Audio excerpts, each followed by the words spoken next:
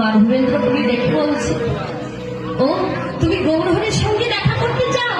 বলে হ্যাঁ, আমাকে আমাকে একবার দয়া করে তুমি তার কাছে নিয়ে চলো। মাধবেন্দ্রপুরী তার হাতকে ধরে নিয়ে গেলেন গৌরহরির সঙ্গে দেখা করবার জন্য। গৌরহরির সম্মুখে গিয়ে রূপ গোস্বামী গৌরহরির চরণে আছাড় খেয়ে রেখে বলছে, প্রভু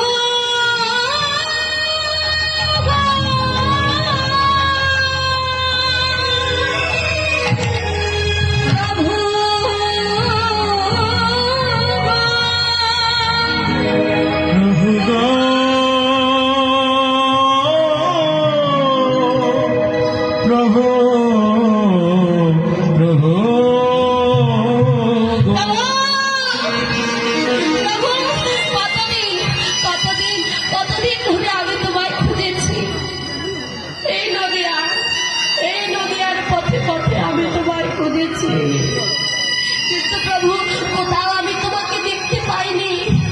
ও প্রভু, আজ যখন তোমাকে আমি দেখতে পেয়েছি, তোমার কাছে এসেছি, তবে প্রভু গো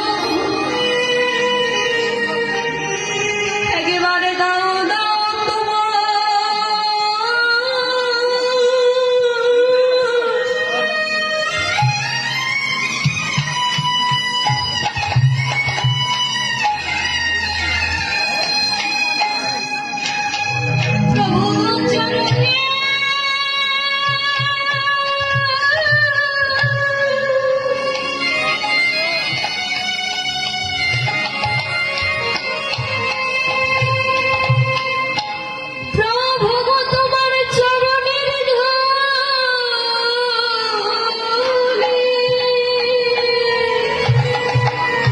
প্রভু গো